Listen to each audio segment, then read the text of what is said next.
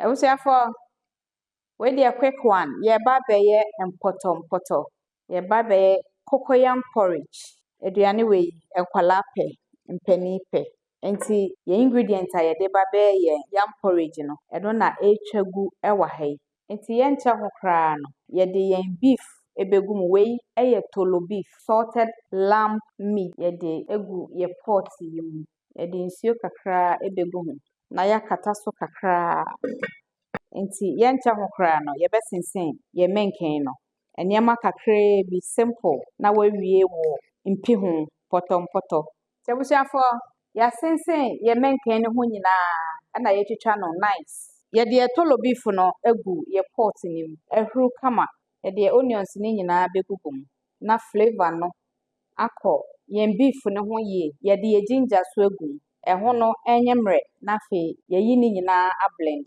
Yade tomatoes no nso begu so preko na yade meko no nso egu so.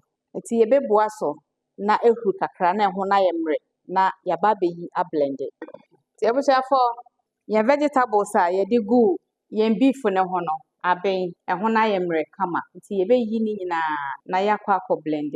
Ye ginger ni nyina eho na ye soft kama. Enti bebi edu no ye behwie ye menken na ye twitwa ni nyina egu ye pot nim na yaka ni nyina afra ye de nsuo kakra ebeka ho we ye momone safo momone nso ebehye na ye bua so na yakọ blend ye vegetables ni nyina sebusiafo ya blend ye vegetables ni nyina awie ti ye behwie ye veggies na ya blend ni nyina egum nkola ya makwan ye omo ofi aya ye bi momondi odi obeda on hawadwen we ye cocoyam porridge menken mpi ho.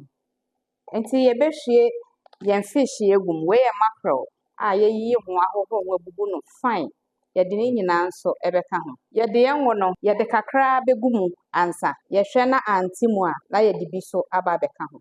Ebusua hahwam jayo aduane ne ye wie so aye kama ankasa ti ye beja si so na ehuru kakra na ye de aka atoa so ye de season kakra begumu kitwe bi. Ebusua aya kai say wo de tolo beef ne be ya it's already salted nchini wom enti meduane ne mmei na kanwa no hwe se nchini no antimu a na wo de kakra ka ye be jani say ya na to ne bo na ehuru kakra sebusiafo ye mpi hoyi ena aben aye ready.